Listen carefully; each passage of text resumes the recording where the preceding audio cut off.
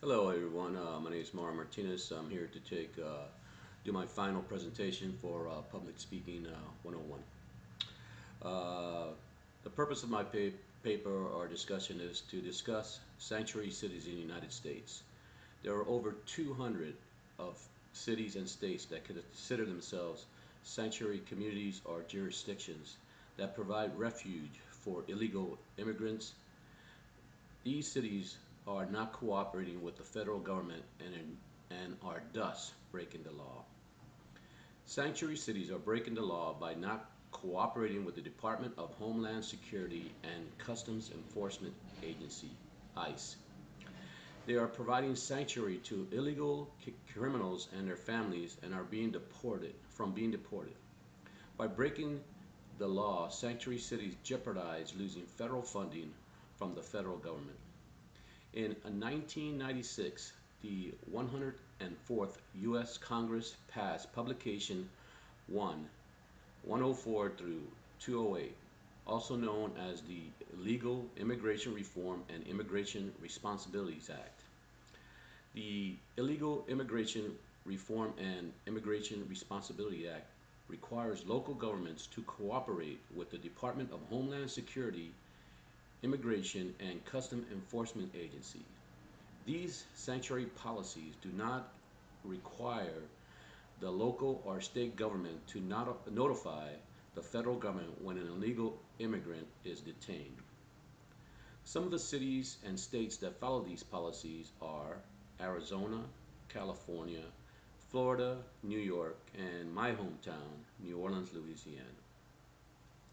They have become a safe haven for criminals to avoid a deportation. Many supporters of sanctuary cities believe that by providing a safe environment for illegal immigration immigrants, that communities are safer. The undocumented immigrant is more likely to report crimes to authorities if they don't fear being deported. In a 2013, a study done by the Department of Urban Planning and Policy at the University of Illinois at Chicago, the study found that when surveyed, Latinos in Houston, Chicago, Los Angeles, and Phoenix found that 70% of the undocumented immigrants were less likely to report a crime due to their immigration status and fear of deportation. Supporters of sanctuary policies argue that the fear inevitably harms public safety and creates a culture that benefits criminals. Opponents of sanctuary cities state that these cities encourage illegal activities and prevent law enforcement from arresting these immigrants that break the law. The American Civil Rights Union claims that sanctuary cities breed disrespect for the rules of the law. Sanctuary cities burden and endanger the police. Sanctuary cities promote crime and thus jeopardize our citizens. Sanctuary cities impose costs on our residents. And sanctuary cities facilitate and encourage illegal immigration. They are unfair to legal immigrants who wait in line and follow the rules and show respect for the law. Two examples of these illegal activities come from the state of California, a sanctuary state. Jamal Lewis, a 17-year-old resident of Los Angeles, was gunned down by a 19-year-old Sanctuary City resident, Pablo Espinoza. Mr. Espinoza was a member of the 18th Street Gang and murdered Mr. Jamal Shaw for no reason. Espinoza was allowed to seek refuge for the murder by hiding out in sanctuary cities throughout California. Mr. Espinoza roamed the cities without being reported to the federal authorities. Another incident in California was the killing of Tony Bologna and his two sons back in 2008.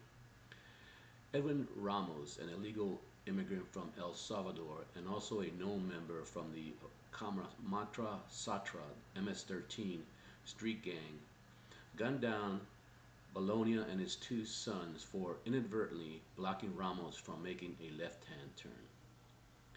Thanks to San Francisco's sanctuary city status, instead of being reported to federal authorities and deported, Mr. Ramos was allowed to roam the streets of San Francisco until he was arrested for the Bolognian killings.